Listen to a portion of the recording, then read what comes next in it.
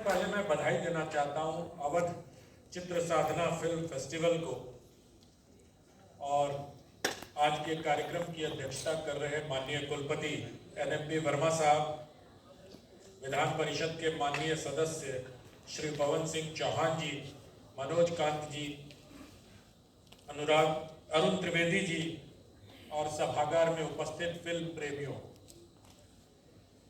मैं अभी सबकी बातें सुन रहा था तो मुझे जब मैं यहाँ आ रहा था तो मुझे लगा मैं फिल्मों पर कुछ बात करूँगा, क्योंकि जब मैं कहीं भी फिल्म उत्सव को शुरू होते हुए देखता हूँ तो मुझे लगता है कि कहीं ना कहीं इसके पीछे का सोच यही होगा कि फिल्म संस्कृति को किस तरह से देश में समृद्ध किया जाए।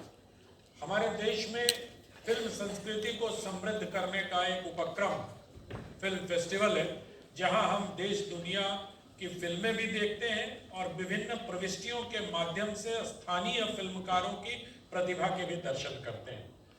तो मुझे जानकर बहुत प्रसन्नता हुई कि पहले संस्करण में 100 फिल्में आई। इतनी प्रविष्टि, सचमुच एक बार इस फिल्म उत्सव के लिए आप सब लोग अगर ताली बजाएंगे तो उसका बढ़ेगा। अभी बहुत अच्छी बात मनोज कांत जी ने कही, दर्शन। तो film and television institute of Pune के वाइस चेयरमैन होने के नाते मुझे बहुत सारे बडिंग फिल्मकारों से बातचीत करने का अवसर मिलता है, उनको समझने का अवसर भी मिला है। तो मैं उस आधार पर आपसे ये कह सकता हूँ कि जो अभी बातें हुई, जो पांडे जी सर ने की, जो मनोज कांत जी ने की, जो भाई साहब ने की, उस पर चौहान साहब ने, मैं उस पर आता हूँ, लेकिन उसके पहले फिल्म संस्कृति और फिल्मों से जुड़ी कुछ आधारभूत बातें अगर कोई बडिंग फिल्म मेकर यहाँ बैठे होंगे, जो मैं आशा करता हूँ कि जरूर होंगे, तो उनके साथ साझा करना चाहता हूँ। क्योंकि फिल्म के दर्शन की जब बात आप करेंगे तो सचमुच आपको बहुत गहराई से सोचना पड़ेगा। और लोग कहते हैं थॉट टू स्क्रीन, विचार से पहले पर्दे तक की यात्रा जो होती है वही फिल्म निर्माण होता है। आपके दिमाग में एक विचार आया कि इस पे फिल्म बनानी है, आपने स्क्रीन प्ले लिखा, आपने स्टोरी डेवलप की, आपने स्टोरी लाइन डेवलप की, आपने निर्देशक का चयन किया या स्वयं निर्देशक होना तय किया, आपने अभिनेता अभिनेत्रियों का चयन किया, पात्रों का चयन किया, फिर वो बड़ी लंबी प्रक्रिया है। लेकिन जो आपका थॉट है उसको कंडेंस करना वो सबसे कठिन काम है। जब जैसे गोदार्ड ने कहा था एक बार, मुझे याद है कहीं उनका मैं पढ़ रहा था कि cinema is the farewell to language. तो जब आप सिनेमा बनाने के लिए जाते हैं तो आपको भाषा नहीं, चित्र को देखना होगा। नहीं तो तमाम साहित्यकार हिंदी के हों, प्रेमचंद की कृतियों पर भी बनी, सत्यजीत राय जैसे लोगों ने शतरंज के खिलाड़ी पर बनाई और सबको बहुत दुख हुआ कि उन्होंने क्या कर डाला कृति के साथ। दोनों माध्यम बिल्कुल अलग। तो जैसे कोई भी उपन्यास लिखेगा या कहानी लिखेगा तो लिखेगा वो फला पात्र के दिमाग में वो विचार आया। अब आप ये सोचिए कि अगर आप इसको पर्दे पर ले जाना चाहेंगे तो विचार उसके दिमाग में आ रहा है, ये कैसे दिखाएंगे?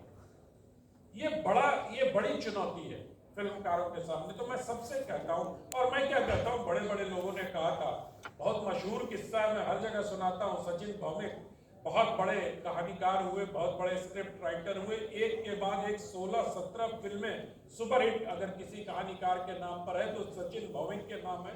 वो अलग बात है कि फैशन में जावेद और सलीम की जोड़ी को इतना ऊपर कर दिया गया कि सचिन भौमिक दबे रह गए। तो सचिन भौमिक साहब की बड़ी इच्छा थी कि वो राज कपूर साहब के साथ एक फिल्म करें।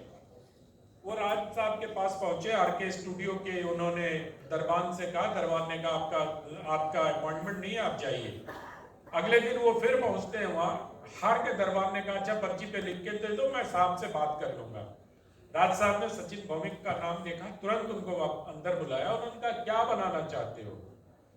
तो सचिन भौमिक जी ने 1 घंटे तक नरेशन दिया कि ये मेरी कहानी है। राज कपूर साहब ने कहा 2 लाइन में बताओ कि फिल्म कैसे बनाओगे, आपकी कहानी क्या है?